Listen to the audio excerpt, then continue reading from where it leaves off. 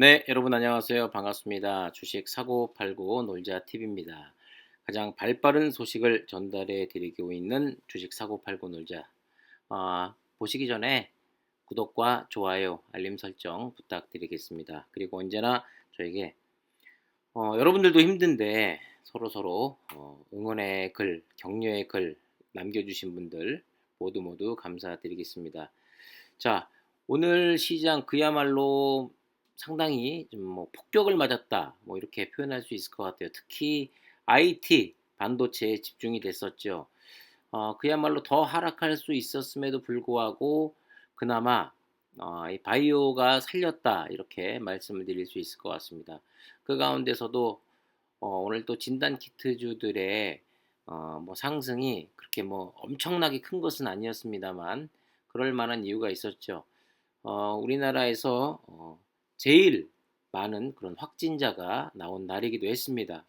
오늘 수급을 보면 그닥 좋은 날은 아니었습니다. 개인이 11만 3천 주 매수가 들어왔고 외국인이 어제 8만 2천 주 매수가 들어왔습니다만 오늘 8만 3천 주를 매도했습니다. 그리고 기관도 2만 9천 주가량 매도가 나왔고 금융투자도 매도, 뭐 투신만 조금 들어왔을 뿐 그 가운데서도 이렇게 개인이 오늘 좀 사서 주가는 좀 올랐다. 그렇기 때문에 오늘 같은 날은 좀 많이 아쉽죠. 왜냐하면 확진자도 최대로 나온 날이기도 하고 또 여러 가지 그 델타 변이에 관한 또 이 백신에 관한 또 코로나에 관한 이 여러 가지 뉴스들이 있었습니다. 상당히 CGN 입장에서 볼 때는 좀 우호적인 뉴스가 좀 많았다 이렇게 말씀드릴 수 있을 것 같은데 오늘 외국인과 기관까지 쌍끌이가 들어왔다라고 하면은 한 10%에서 15%가량 상승할 수 있는 그런 좋은 날이기도 했는데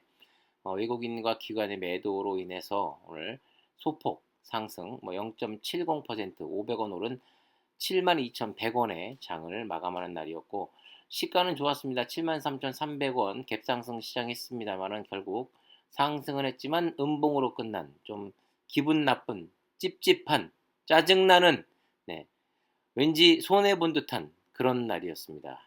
그리고 제가 뭐 잠깐 확인을 했습니다마는 1일부터 10일까지의 그 수출입 데이터가 나왔는데 보니까 시즌 같은 경우는 그렇게 뭐 폭발적으로 7월 대비 뭐 엄청나게 늘고 있다. 이런 것은 좀 아니기 때문에 조금 그 점이 좀 아쉬운 것 같아요. 하지만 뭐 아직까지 20일이 더 남아있기 때문에 8월 말 지나고 이제 9월 초에 이제 그 데이터를 볼 수 있는데 그때 과연 7월보다 좀 더 많은 그 수출이 좀 이루어지지 않을까 네, 그런 생각이 들고 자 오늘 어쨌든 간에 2223명의 확진자가 나온 날이었습니다. 그리고 지금 동시간대 어제보다도 무려 100명, 160명 가량이 더 늘은 네, 그런 확진자 수가 지금도 기록이 되고 있는데 걱정입니다. 이렇게 계속해서 확진자가 늘어만 가고 있고 지금 백신의 수급 또한 원활하지 않은 상태에서 물론 중증과 사망률은 낮다고 합니다만은 그래도 굉장히 많은 이 확진자가 나오게 되면 아무래도 집에서 뭐 자가격리를 한다든가 병원에 입원을 한다든가 그리고 우리를 더욱더 힘들게 하는 것은 굉장히 그 오랜 1년 6개월이 넘어가는 그 코로나 사태로 인해서 지금 사회적 거리두기가 4단계입니다. 그런 상태에서 더 4단계 플러스 알파가 진행이 되지 않을까 굉장히 우려스러운 상황이고요. 자, 우리뿐만 아니라 현재 세계 각국의 유일한 희망 코로나19 백신 접종을 통한 조속한 집단 면역 체제 달성이지요. 하지만 자, 이 뉴스 유심히 보셔야 됩니다. 영국의 아스트라제네카 백신 개발 책임자가 집단 면역은 도달할 수 없는 목표라고 암울한 전망을 내놓았습니다. 이 델타 변이 바이러스처럼 백신 접종자도 감염시키는 새로운 변이가 계속해서 나타날 거라는 예측이고요. 자, 이 내용을 좀 보게 되면 결과적으로는 백신이 코로나를 종식시킬 수 없다라는 얘기입니다. 자, 영국의 일간지죠. 텔레그래프에서 옥스퍼드 백신 그룹 책임자가 이 집단 면역은 도달할 수 없는 신화적인 목표라고 언급했습니다. 이 아스트라제네카 백신 임상 시험을 주도한 옥스퍼드 대학의 앤드류 폴러드 교수의 말인데, 이 폴러드 교수는 영국 의회 코로나19 초당파 모임에 참석해 가지고 현재 유행하는 변이 바이러스 말고도 새로운 변이가 앞으로도 계속 출현할 수 있다고 예상했고요. 또 다른 백신 전문가 폴 헌터 교수도 백신은 중증과 입원, 사망으로부터 보호하지만 전염을 멈추지는 못한다. 집단 면역에 회의적인 입장을 보였다고 합니다.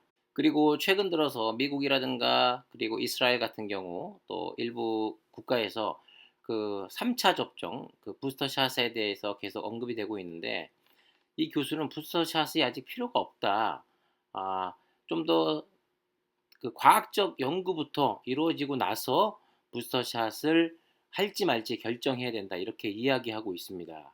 여러분들도 아시겠습니다만 검증되지도 않은 이 백신이 나오는데 10년 이상이 걸리는데 1년도 안 돼서 백신이 나왔죠. 그런데 지금 두 번을 맞는 그런 지금 백신인데, 얀센은 뭐 1회 접종입니다만은, 그런데 지금 두 번 말고 또 세 번, 네 번 이렇게 계속 맞게 되면은 과연 시간이 흐른 뒤에 그 백신을 계속해서 맞았을 때 그 이후에 부작용에 대해서 지금 어떠한 연구가 나와 있지도 않은데 일단은 맞추고 보자라는 이 논리, 이거 도무지 이해가 안 갑니다. 아무튼 백신이 집단 면역을 이뤄낼 수 없다라는 말은 코로나 종식이 힘들다는 말이고, 또 우리나라에서도 국민 70%가 올해 11월 접종을 완료해도 5차 유행은 올 것이다. 이제는 코로나19를 두창처럼 근절하거나 이 홍역처럼 제거할 수 없다는 것을 받아들여야 한다. 이렇게 오명돈 신종감염병 중앙임상위원회 위원장님이신데 이렇게 인터뷰를 해 주셨습니다. 역시 뭐 같은 이야기입니다. 우리나라도 지금 열심히 지금 백신을 접종하라고 지금 권유하고 있고 또 많은 분들이 백신을 맞고 있습니다.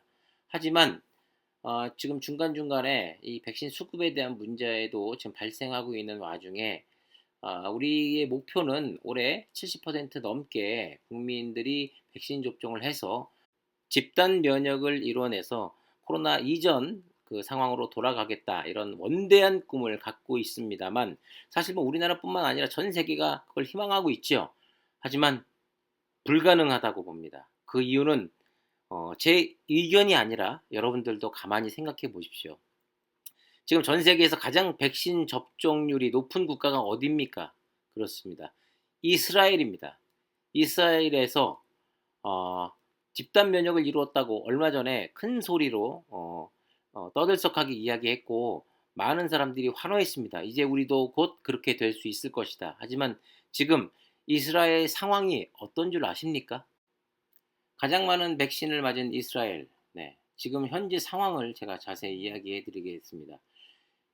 높은 백신 접종률을 바탕으로 델타 변이를 중심으로 한 코로나19 재확산 국면에 비교적 낮은 수준의 방역 조치로 대응해온 이스라엘에서 감염 확산세가 멈출 기미를 보이지 않고 있습니다.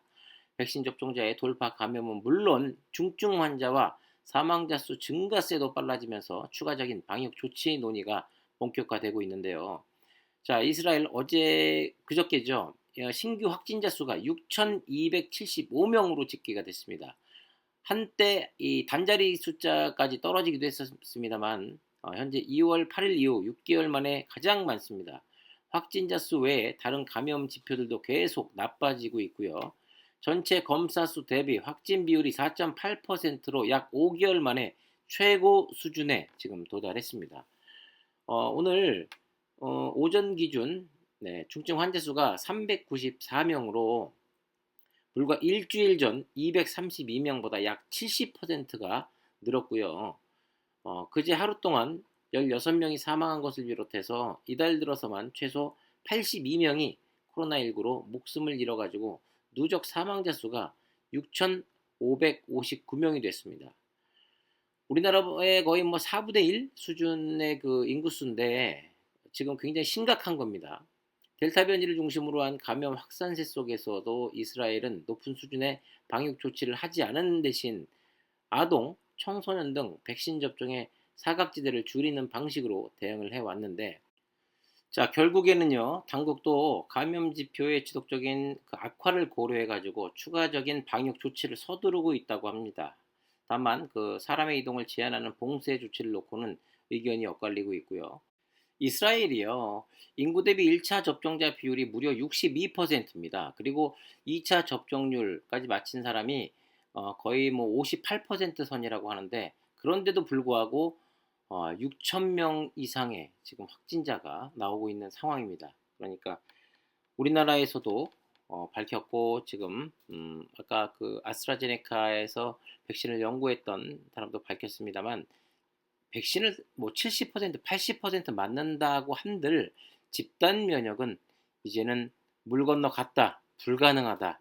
그렇기 때문에 백신을 맞는 이유는 이거죠. 결과적으로는 중증으로 가는 것을 어느 정도 예방을 좀 하고, 그래도 사망률은 아직까지는 뭐 0.1%도 안 된다는 그런 데이터가 나와 있으니까 백신을 맞아서 중증으로 가는 것을 예방하는데 의미를 둬야 된다라고 말씀을 드리고 싶고, 그런데 이제 혹자는 이렇게 얘기하는 분들도 있을 겁니다. 그러면 백신을 맞고 난 후에 이제 중증으로 가거나 이제 사망률이 굉장히 낮기 때문에 그냥 감기처럼 시름시름 앓다가 다시 몸이 좋아지면, 그러면 뭐 진단 키트의 쓰임새는 줄어드는 거 아닙니까? 이렇게 이야기하고 생각하는 분들 분명히 있을 것 같은데, 하지만 우리가 중점적으로 봐야 될 것은 이 바이러스가 전파력이 상당하다는 겁니다. 이 백신으로 말미암아서 중증은 예방이 될지 모르겠습니다만, 이 바이러스의 확산세, 이 전염력은 결코 줄일 수 없기 때문에 시즌의 진단 키트는 계속해서 쓰일 수밖에 없다라는 것이죠. 물론 CGN의 진단 키트 또한 계속된 업그레이드가 좀 필요하다고 봅니다. 예를 들어서 어, 항원, 항체 진단 키트처럼 PCR 검사인데도 불구하고 진짜 시간을 꽤 단축해야 된다. 전 이렇게 꼭 말씀드리고 싶고요. 뭐 예를 들어서 1시간 이내, 30분 이내, 5분, 10분 안에 그 결과를 도출해낼 수 있는 PCR 진단 키트가 저는 꼭 반드시 빠른 시간 내에 나와야 다시 한번 진단 키트주들의 또 대장으로서 작년과 같은 그런 높은 상승을 하는데 큰 모멘텀이 될 거라고 생각이 됩니다. 자, 여러분들 이번 주 금요일 날은 또 시즌의 실적 발표도 있고요. 뭐 큰 상승은 아닙니다만 어제 오늘 그래도 플러스를 보여주는 그런 모습을 보여주고 있습니다.